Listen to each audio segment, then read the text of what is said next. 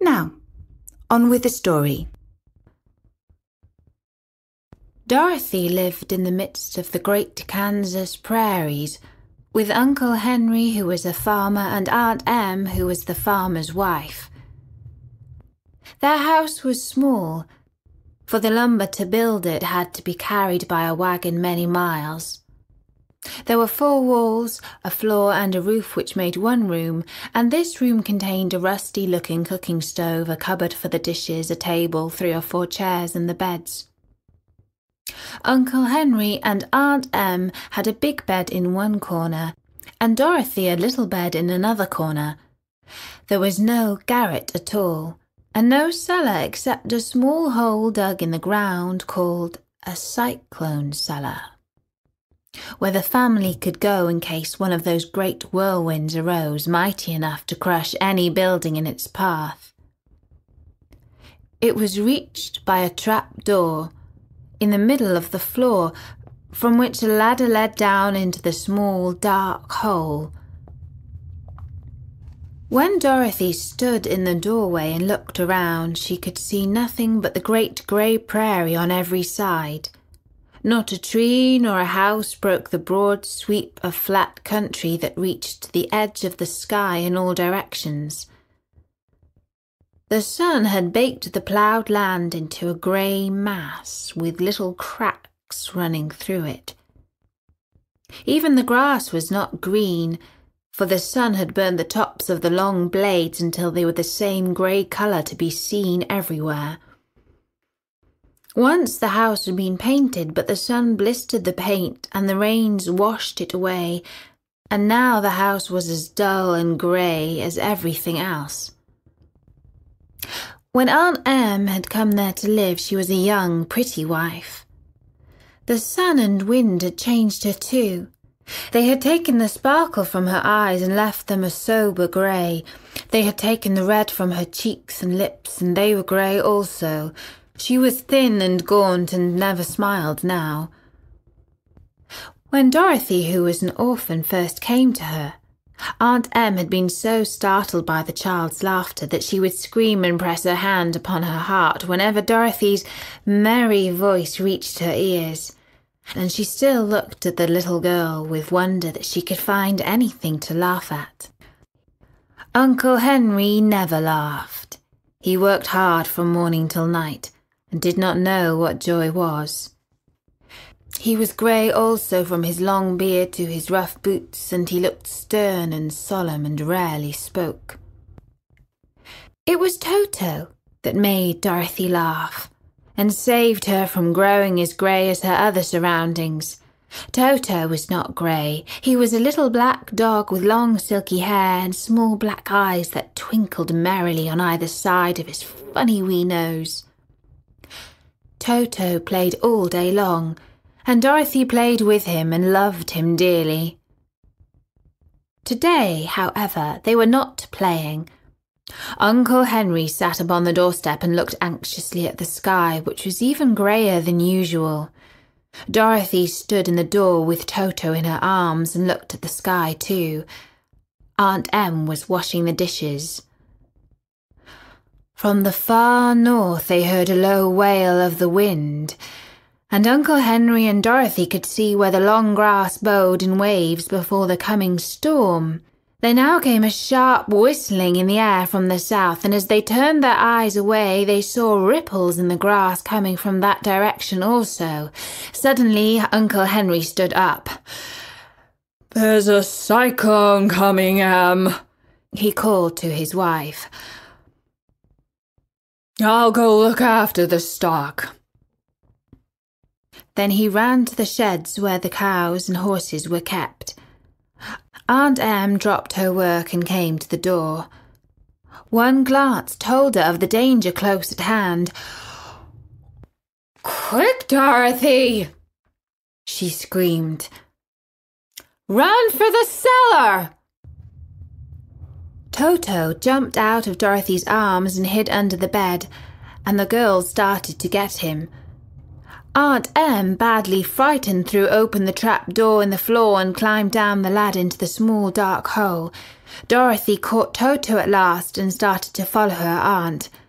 When she was halfway across the room, there came a great shriek from the wind, and the house shook so hard that she lost her footing and sat down suddenly upon the floor.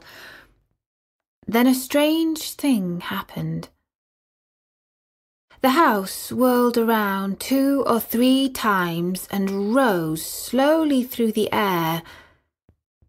Dorothy felt as if she were going up in a balloon. The north and south winds met where the house stood, and it made the exact centre of the cyclone. In the middle of the cyclone, the air is generally still, but the great pressure of the wind on every side of the house raised it up higher and higher until it was at the very top of the cyclone, and there it remained until it was carried miles and miles away as easily as you could carry a feather. It was very dark and the wind howled horribly around her, but Dorothy found she was riding quite easily. After the first few whirls around and one other time when the house tipped badly, she felt as if she were being rocked gently like a baby in a cradle. Toto did not like it. He ran about the room, now here, now there, barking loudly. But Dorothy sat quite still on the floor and waited to see what would happen.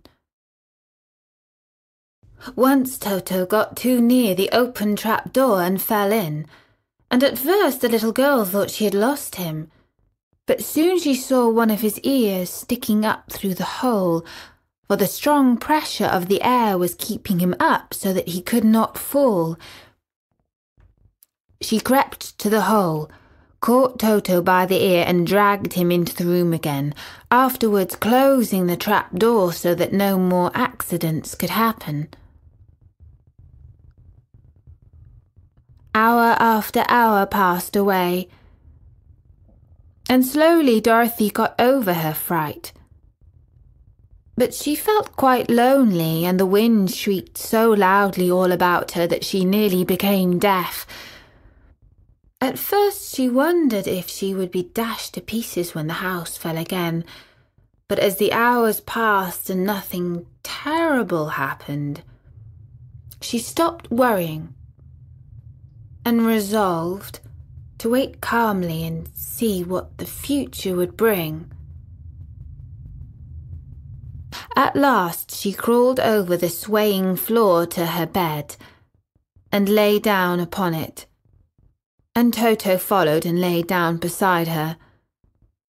In spite of the swaying of the house and the wailing of the wind, Dorothy soon closed her eyes and fell fast asleep. And that was the first chapter of The Wonderful Wizard of Oz. If you would like to know where the great whirlwind takes Dorothy, listen out for the next chapter coming soon. Now, on with the story.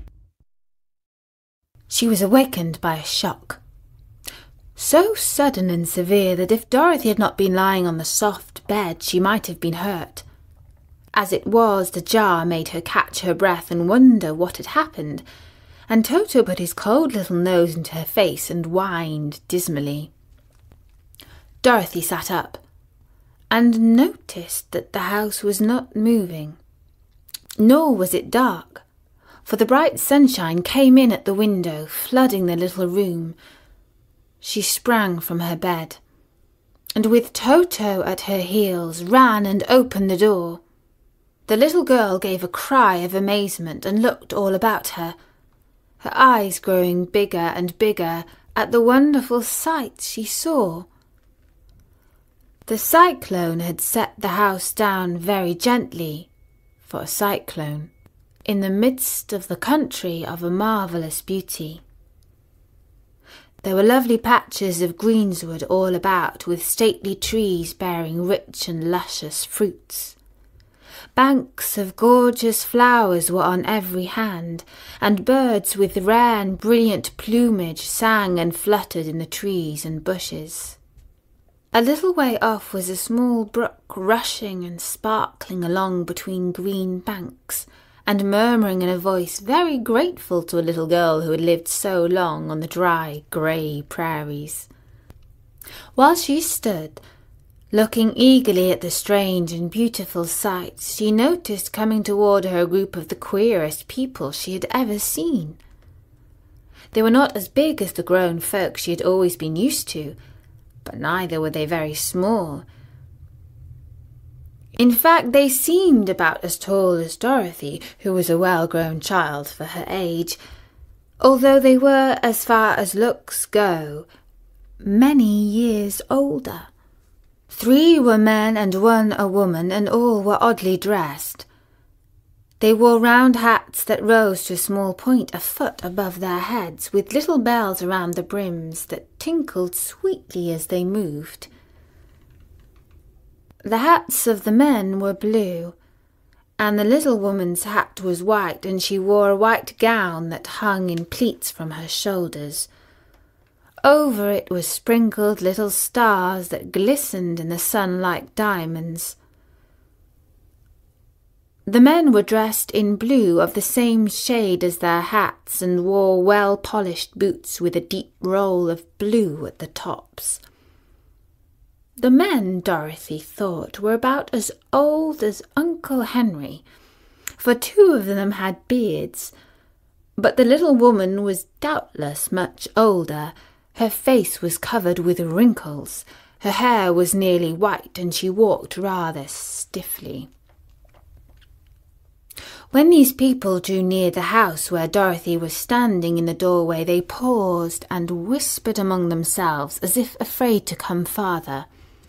But the little old woman walked up to Dorothy, made a low bow, and said in a sweet voice, "You are most welcome, noble sorceress, to the land of the Munchkins.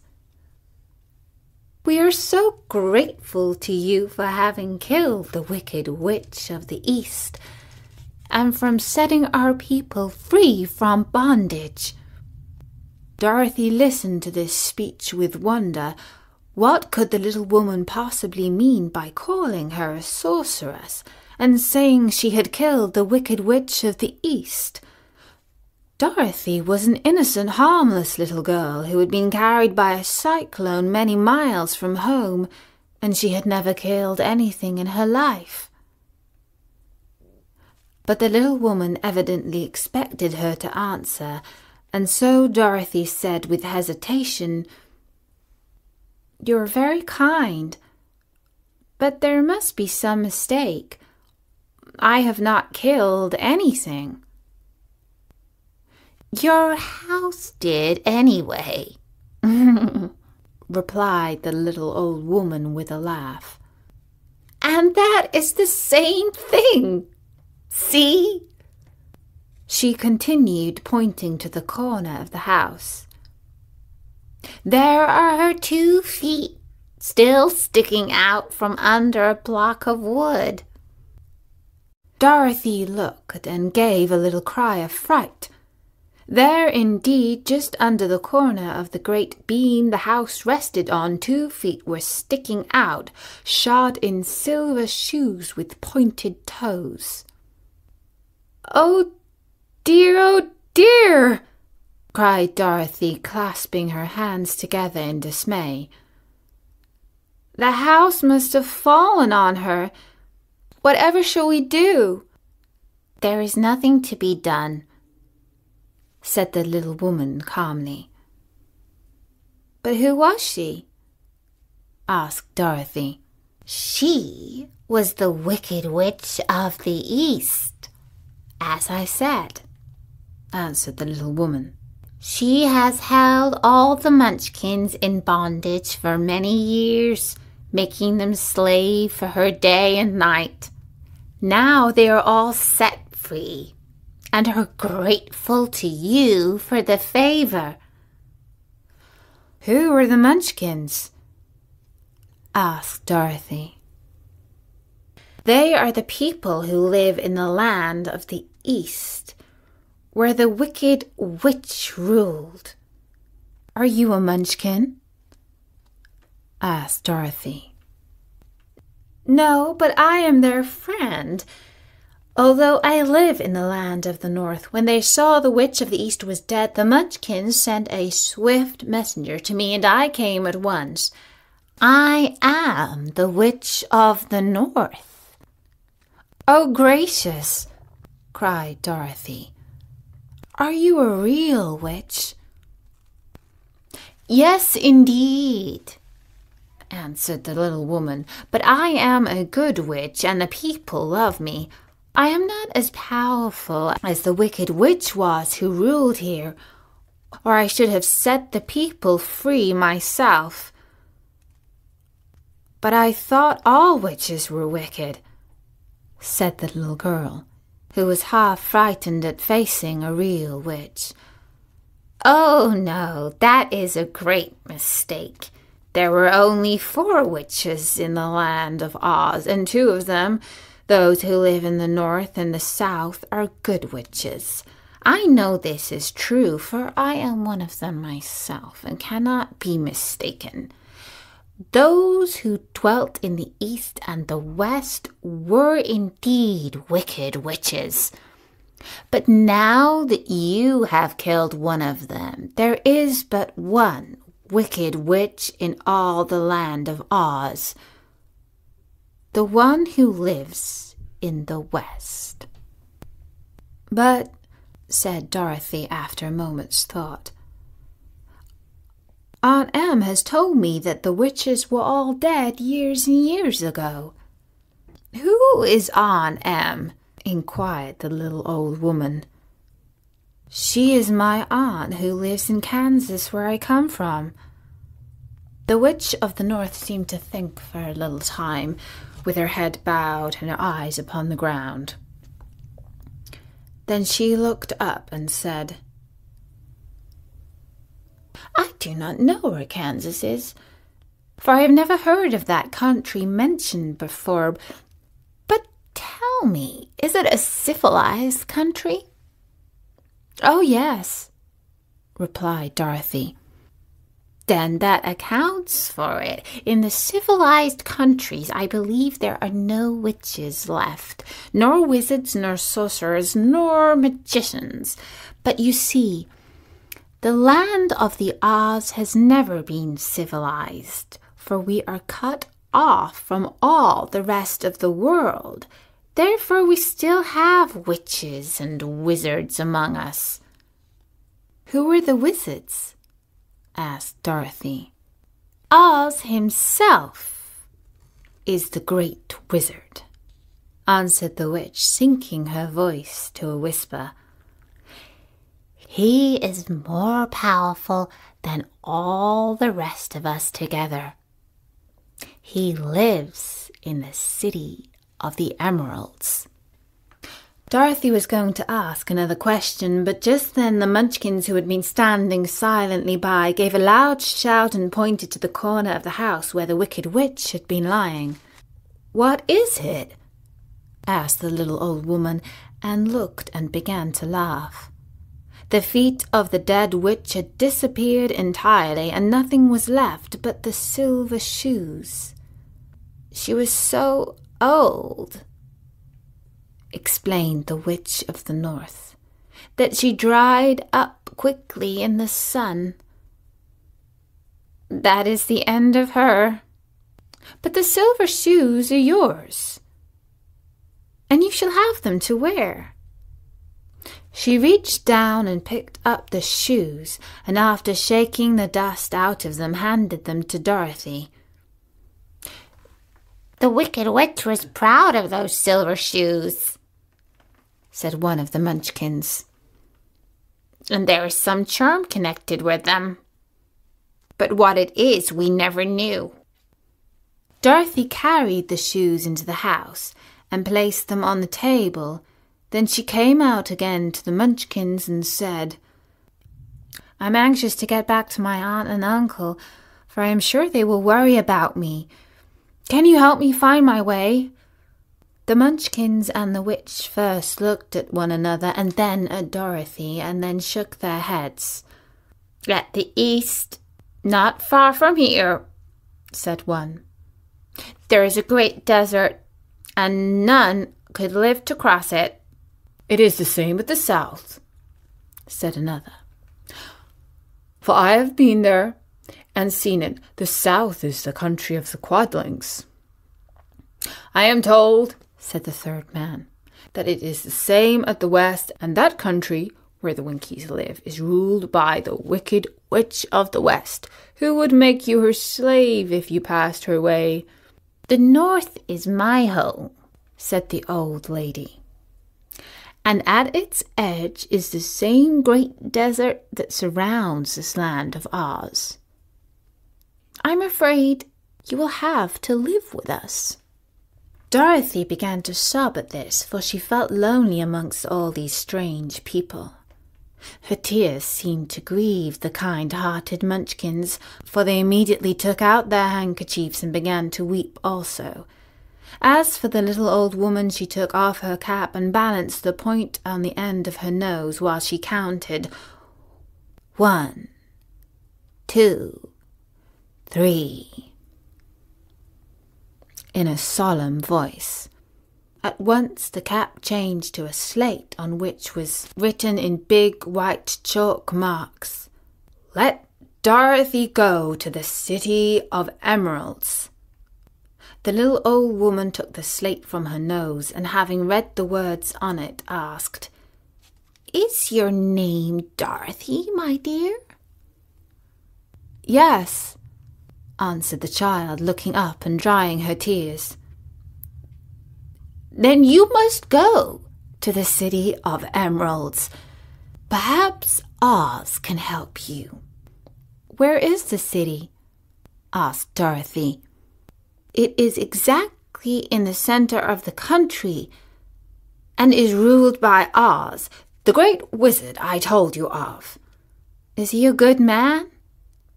inquired the girl anxiously. "He is a good wizard.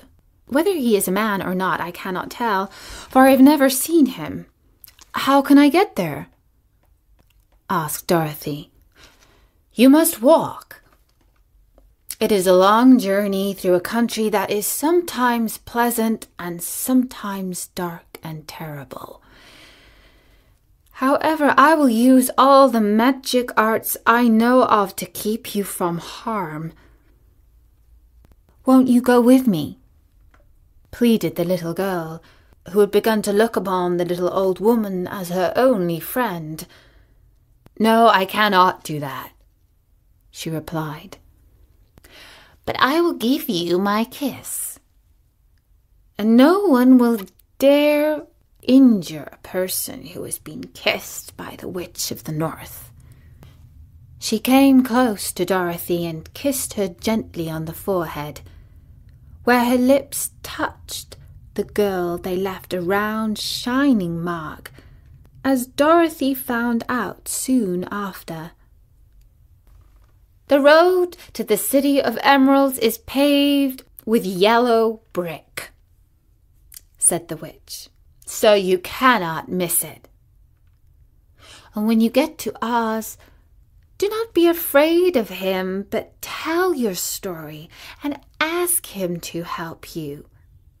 The three Munchkins bowed low to her and wished her a pleasant journey, after which they walked away through the trees.